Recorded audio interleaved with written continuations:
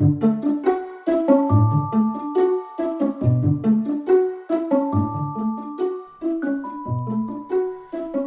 and welcome to another episode of Silver Goose Farm Stories. I'm your host, Mama Goose. Today I'm joined by my husband, Hank Silva. It's been a while since I posted, and also, I've done like a year of podcasts, and I haven't ever had my husband on. But yeah, first time having my husband. Super excited. Wish I had done this earlier. And but today we're gonna ask each other some questions about the farm. Right? It's like our our yearly planning meeting, even though it's March. Yeah, I guess we'll start a little late. Yeah, never late. Better late than never, right? That's the phrase. Mm-hmm. Okay, so I guess you have a list of questions, which is very cool. I didn't think he wrote questions down. And then, am I supposed to answer them, or are you supposed to answer them? Or are we answering them Just together? for discussion. Okay. All right. You ready? Yeah, so ready. Okay. All right. For the last year on the homestead, what went well? The chicken coop was great. Having that, like, not having to worry about those animals going anywhere was really good. And then the kids, like, were able to do their chicken chores, like, well. And we kept our fruit trees alive. Even though we didn't spend that much time up there. I thought our garden went well, even though I wasn't there. You did a lot of the work there, didn't you? Like, as much as you could in between all the animals and your actual job. Mm-hmm. Well, you did all the planting. That's true. I just helped with Harvested. the watering and the collecting. That's a big deal, though. If we don't have water, we don't have things to collect. Doesn't matter how much I plant. Mm-hmm. Yeah. What about you? What did you think went well? I would agree that the hoop garden in particular went pretty well. Mm-hmm. Despite a little bit of a setback with the pigs early on. Oh, yeah, the cucumber eaters. Yeah, that one was a little unfortunate because pigs had been getting out for a while. And as I was working to fix the fence, after they had been getting out for several weeks, I was working to finally resolve the situation. And as I was fixing it, they finally found the freshly planted cucumbers. It was just the one, wasn't it? No, it was 2 or 3 of them. Oh, dear. But it only took them about 5 or 10 minutes, and that whole row was pretty much gone. Yeah. Yeah, but thankfully, there's a local farm that sells starts. And they came up after I begged them to.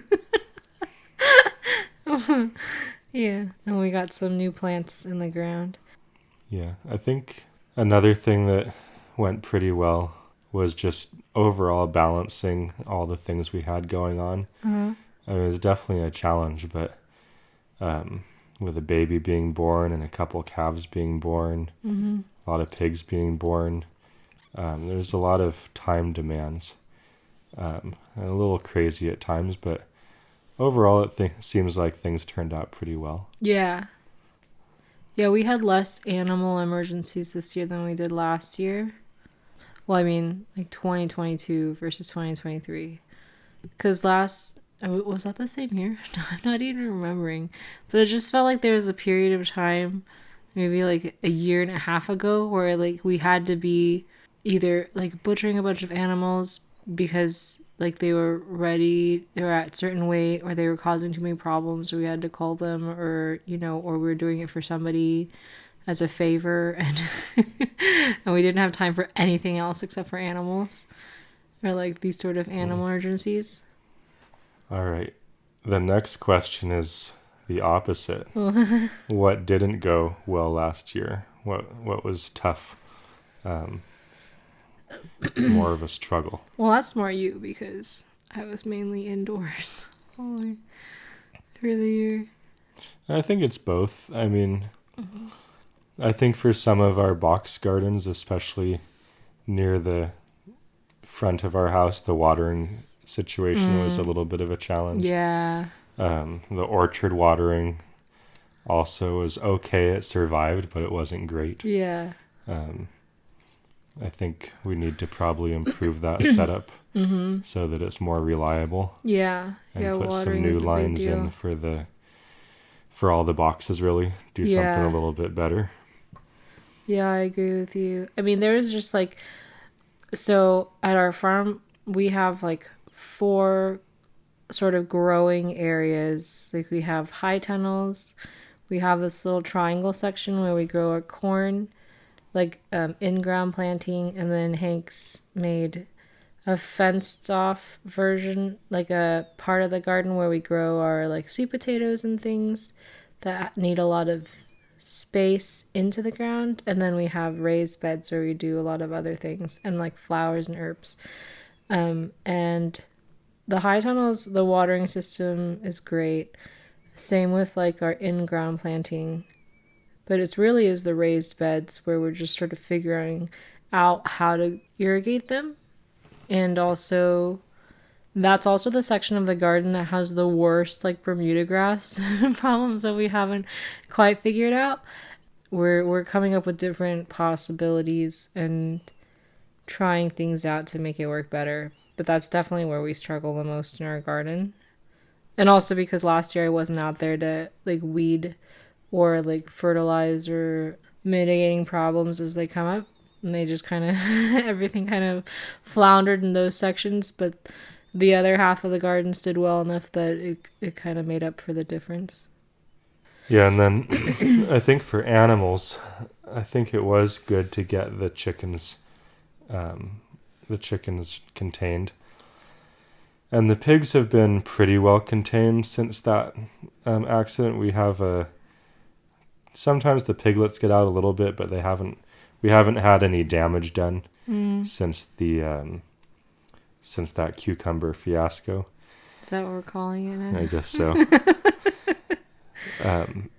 But the cows are a little different. The calves have been getting out. We need a little better fence. Yeah. For the calves. The mama cows stay in, which is good, because when they all get out, that's when they really take off. Yeah. But the calves need to be contained. And then the other big one right now for the animals is that the pigs need a better long-term shelter. Yeah. We had them last winter in a space that had a nice overhang, but the problem with that was with the electric fence. The piglets are able to get under the electric fence even when it's really close to the ground. They just find a way through. Mm-hmm. And with them being able to get out, they eventually cause issues. And so we've been doing hog panel, which keeps them in much better. They can only get out when they're really small. And when they're really small, they don't cause issues. But once they're a couple months old, they stop getting out because they get too big to get through the hog panel. So the electric fence doesn't really seem to keep them well contained until they're about 6 months old. And between the ages of, let's say, 3 to 6 months, they can cause a lot of damage. Mm-hmm. And so we've been doing cattle panel, or hog panel, and moving them around a little bit. But I think we need to, because we're moving them, they don't have a long-term shelter, and it's been tough to keep them dry with all the rains. Yeah. It's not such an issue in the summer, but definitely in the winter time when it's raining like every other day. And then they'll not get sick, or the piglets have a hard time staying healthy and warm. Mm-hmm. Yeah.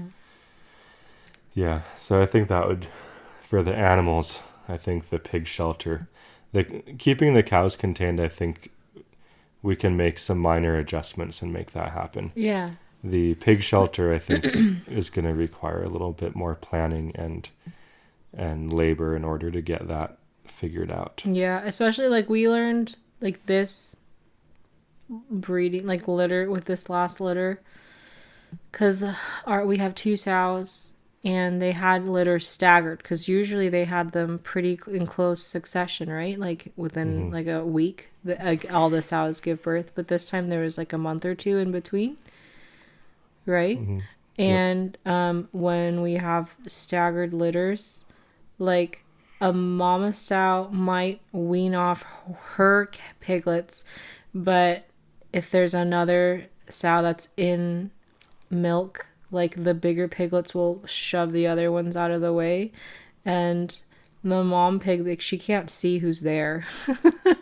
She just feeds who's ever, because like pigs don't have necks to like turn around and look, what's going on. And the big pigs were like bullying the newborn piglets, and we were having some trouble there. So we have to figure out like either how to not have staggered litters or separate them from the other mom. Well, I liked having the staggered litters in a sense because we have less pigs at the same time. It also makes the butcher schedule easier. Yeah. Because we don't have 20. 10 all at the same age. Yeah. So I actually would like to continue that, but I think we'll just need a shelter specifically for a mama sow and her piglets for a while. So that they can be separate from the rest of the herd until they're weaned and can go back together. Yeah. Yeah, and with the nursing problem, I think a lot of times the moms actually do know, but they can't really do anything about it because if they get up, then their piglets can't nurse, and as soon as they lie down, they're vulnerable. They can't prevent a older piglet from coming and nursing while they're lying down. So the older piglets are not deterred easily. Once the mama's lying down, they're going to come and try.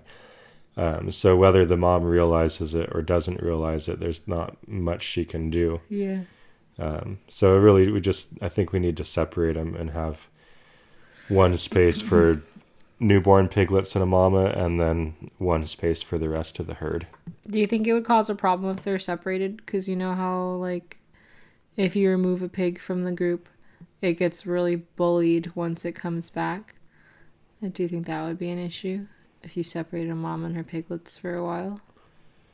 It might be, but I think they'll be okay, especially if we're putting them back together in a larger pasture where they're not confined in a small space. Yeah. They might have a few days adjustment, but I don't think any permanent damage. Yeah. Ready for the next question? Sure.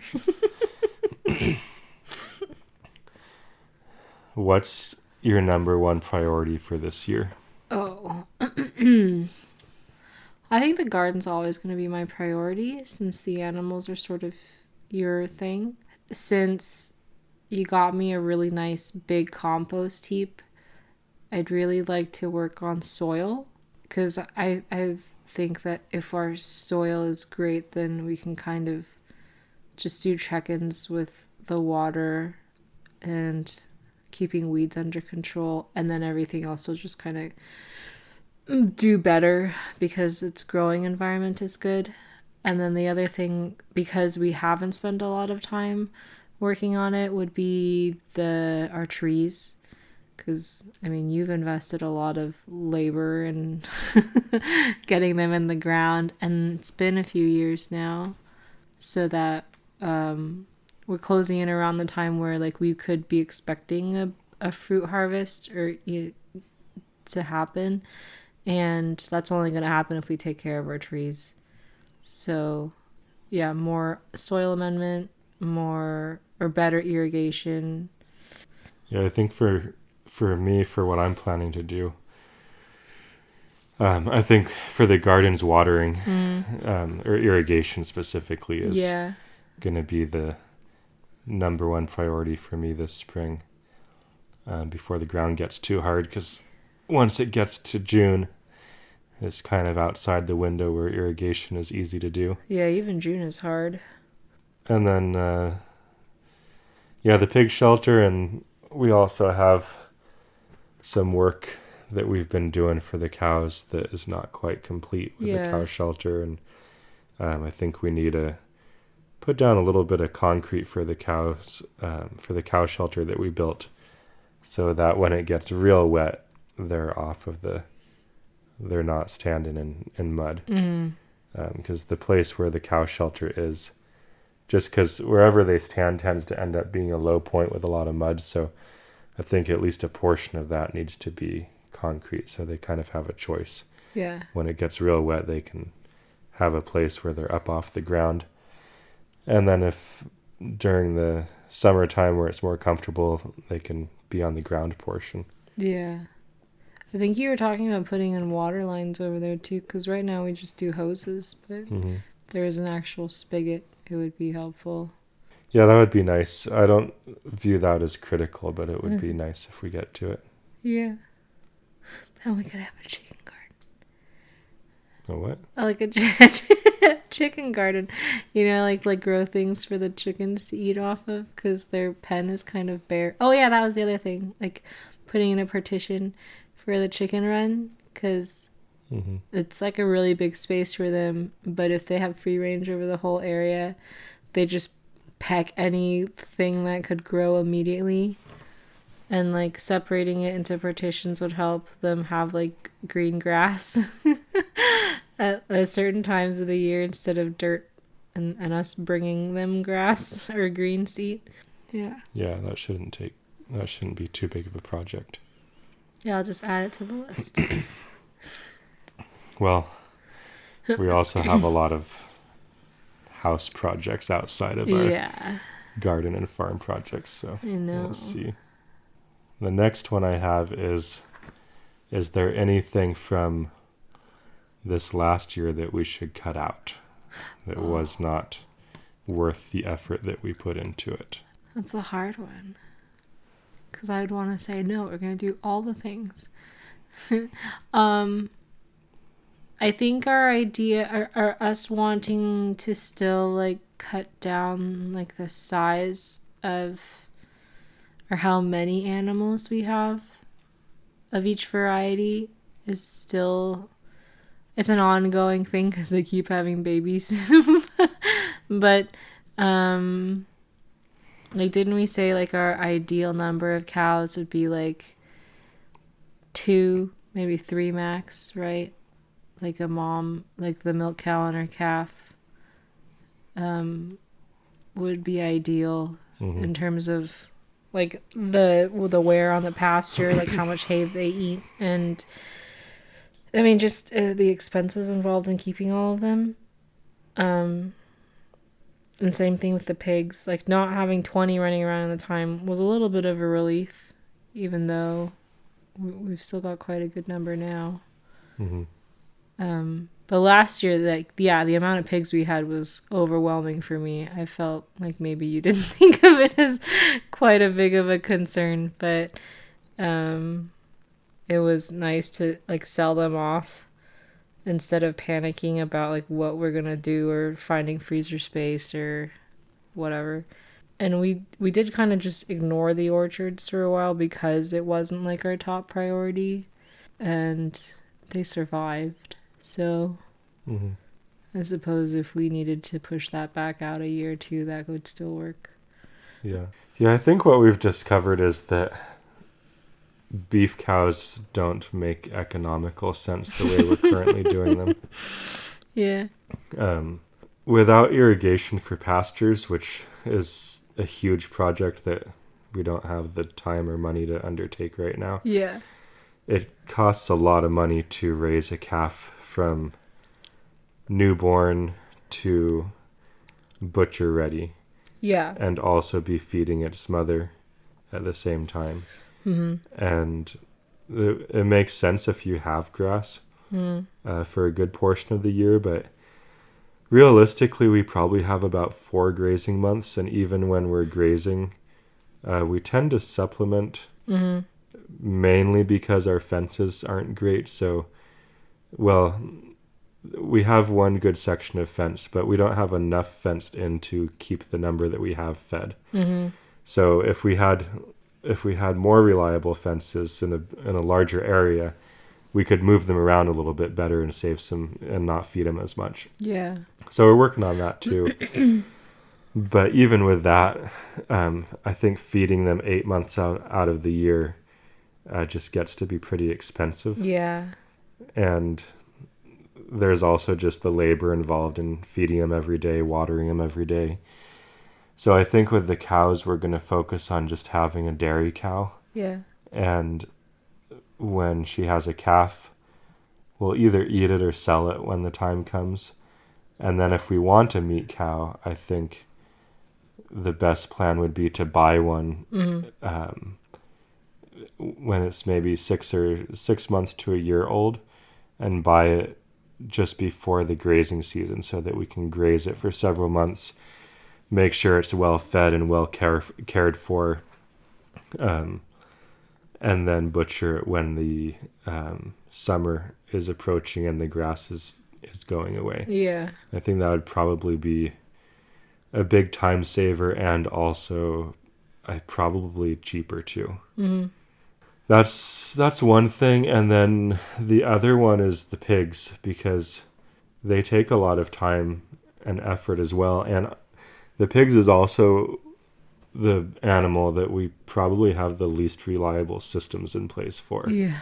in terms of shelters and fences. Mm-hmm. It's not quite where we'd like it to be, and it's gonna take some time to get it there. Mm-hmm. So the pigs is a good question, because the breed we have is not that easy to replace. Yeah. And it is also nice being sustainable. Mm-hmm. We have a small breed pig.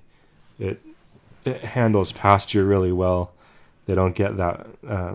They're not hard on the pasture, and they don't get that big. And they're also really docile. Like, I'm not worried about you being out there or the kids being out there with the pigs. Mm-hmm. Yeah, so there's a lot of benefits to them, and it wouldn't necessarily be easy to start back up to the point that we are, that we've gotten to. On the other hand, right now we don't have a boar, and keeping a boar is a lot of, that's more feed. And it tends to make the most sense if you have 2 sows, because just of the feeding costs, a boar can easily keep up with 2 sows. If you just have 1 sow, you're still paying the same to keep the boar, but you're not getting as many piglets as you would if you have more. But also, we don't really have when we get a lot of piglets, we were able to sell them all the first time, but it's no guarantee that we'll be able to do that every time. So that's something we probably have to evaluate pretty closely. There's a lot of pros and cons to either one. Yeah. Yeah, because we had a friend who had piglets around the same time we did, maybe a couple of months later, and she tried to sell her piglets like right after we had sold ours and got 0 response. I think it's just like we had just sold our last one like right as the grazing season was ending, or like right around then, but there was still enough grass. And then when she tried to, it was already in like the heat of summer, and no one wants to take a little piglet when there's no grass or anything for them, and then have to like feed it to like market weight on grain alone. Like that's a super expensive project. So yeah, the timing of when you are trying to sell piglets, or like who wants to buy them, is a big deal. Mm-hmm. Yeah. Yeah, and with pigs you get 2 litters a year. So for instance, with the cows, you get 1 calf a year from a mama. Mm-hmm. With the pigs, we had a litter that was, 12 pigs? Yeah. And they have 2 litters a year. So with 2 sows, you could theoretically end up with close to 50 pigs in a year. Oh my gosh, that's terrifying. Yeah. So if you have a good market and you're making money off selling them, that's great. And if you don't, that's way too many. We could not handle that many. No. So far we've only really done 1 round of selling, and it went really well. We had I think we had 11 to sell. Mm-hmm. And they sold in about a month probably. Yeah. And we got a good price a pretty decent price for all of them. We did like also price them at like a, fairly we didn't price. try to max out the price. We were trying to move them. So we priced them competitively, but we still did pretty well on those. Yeah. So if we had a waiting list or something and we could just be selling them at 2 or 3 months old, the number wouldn't really be a problem. But that's the part that some of our neighbors haven't had as much success at selling. And if you have a bunch of them that you can't sell, that gets real stressful. That could be overwhelming. What are you enjoying most about our farm? Like, not just like success or failures, but like, what do you enjoy doing the most? Well, on a daily basis, I mostly take care of the cows and the pigs. Yeah. Right now, I'm enjoying the milking probably Yeah. the most because we have the best setup we've ever had for the milking. Now, we recently built a large shelter, very basic. It's just a roof, basically. It's about 10 feet about 10 feet wide by 30 feet long. So it's a nice big space, and so we can milk without getting wet in the winter, and it would be nice if we could get a fan out there in the summer, which should be easy to do. Even if it's just an extension cord, that should be pretty easy. So I feel like I have a pretty good setup going with the cows. The pigs I like a lot too. I'm just not happy with the setup, so it's not as enjoyable for me because the space they have is too small right now. And like I mentioned, the larger space that we have has the drawback of the electric fence not working on the little ones. So I really enjoy the pigs as an animal and everything they do, the meat.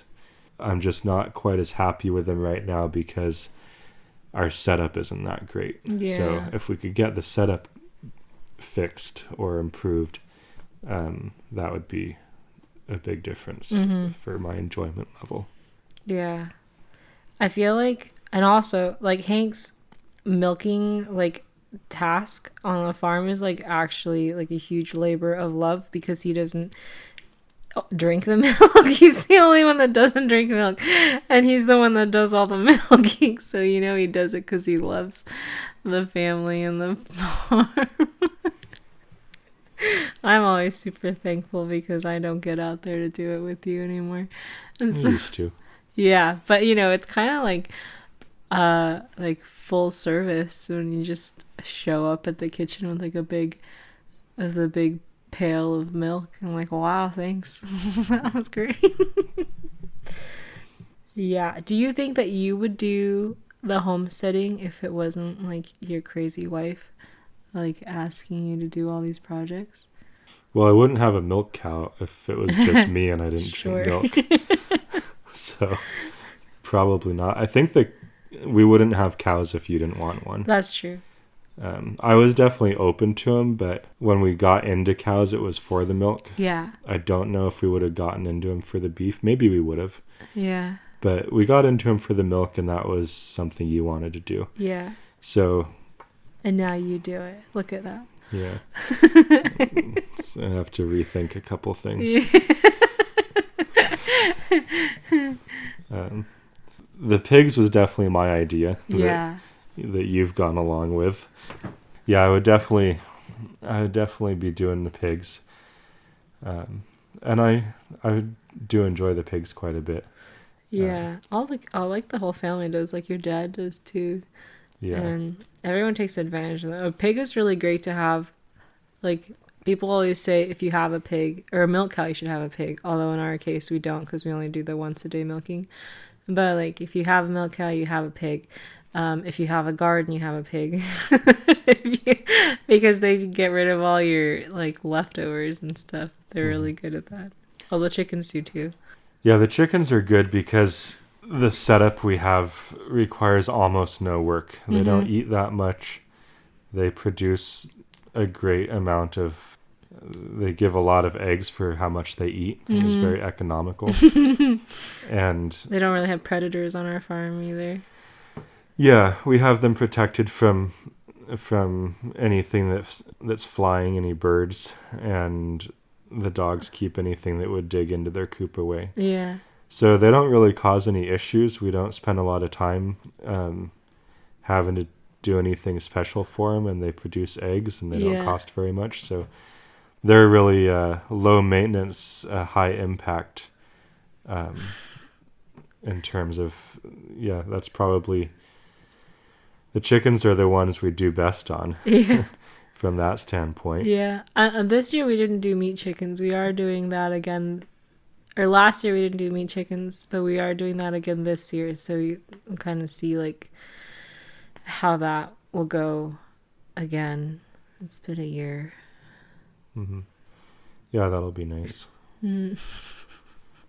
I mean, that's another thing That's more work for you.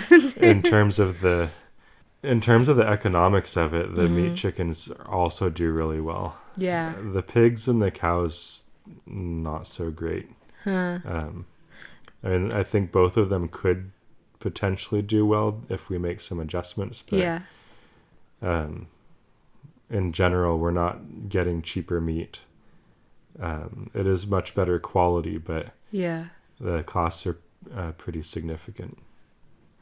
I guess so, but I don't know if you've been to the store lately to look at meat prices. Like those aren't, like beef and pork are super expensive at the store quality, and that's not even at the same level of like taste and quality of meat that we have on our farm. So maybe pound for pound, it's not like the most economical way, but it's not too far off, I don't think. Yeah, I don't think it is too different. Yeah. It's probably a little bit more expensive than what you would just buy from Costco or something. But again, also it's not even the direct comparison, but there's things that we could do Yeah. that would make it much more economical for us. That's true. It's just the time and upfront cost to do those in the beginning. Mm-hmm. Like for the pigs, if we did irrigate to try to keep some grass, the pigs would be the animal I think to do it with, because they consume so much less. Like irrigating for cattle would be just an enormous undertaking because they eat so much. But with pigs, if we had rotational grazing and some irrigation in, I think we could extend the growing season quite a bit. Probably not all year, but we could start it going earlier and keep it going longer. Yeah. And I think the cost of running that would be pretty minimal, and it would save a ton in feed costs. Yeah. Right now, the alfalfa and oat hay are both around $22 to $23 a bale. So, we go through those. With the pigs, we're probably going through a bale and a half a week right now. So if we were able to extend the growing season by a couple months and keep that up, Yeah. it would definitely add up over time. Yeah. Well, and also like pigs are like more excellent foraging creatures than cows are. Like they have to just eat grass and a pig will eat whatever's there, like bugs, roots, like any of the plants and shrubs and whatever, they're happy eating it. And if a cow gets into the wrong thing, like you have to stab it in the stomach to keep it from dying. We have a lot of fun projects coming up too. They've been on our list forever, but yeah, I'm still not sure if they're gonna happen. I don't know. Which ones? We're gonna put up like a screen porch and outdoor kitchen, and like set up a like food prep kind of area. Because right now our kitchen is where I do everything, but like in the middle of the summer, if I'm canning and processing cheese or dairy and whatever, like there's no space to do anything else, and it's kind of chaotic. Not kind of chaotic, it is chaotic. And I think we were trying to figure out the better ways to manage, like streamline all those things, or spaces for them anyway. Just trying to be more organized in general. Like that's my goal for this year, like in terms of the house and outside, is to be organized. So we're not trying to find tools and tripping over buckets and yeah. I don't know. It might add to the charm. Oh really? Yeah. This is the year we make the farm pretty. That's what you said. That's true. Yeah, trying to get some spaces that are just done. Yeah. Not specific to the farming operation, but just the around the house, getting some areas that really look nice. And, the aesthetics. yeah, basically getting them the way we want them and then just maintaining it after that. Yeah. We tend to have a lot of things in progress, which Really? is going to continue. Yeah. Well, that's part of the fun of it, I suppose. Do you have any questions? No, I think I used all mine up. Oh, good.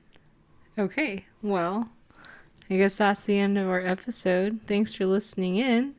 If you have any questions or comments, you can always visit us online at our website, silvergoosefamilyfarm.com. And you can see the day-to-day happenings on our Instagram, the same handle, Silver Goose Family Farm. Thanks so much for listening. Thanks, Papa, for joining us today. Thanks for having me. Yeah, and we'll see you all again real soon. Thanks. Bye.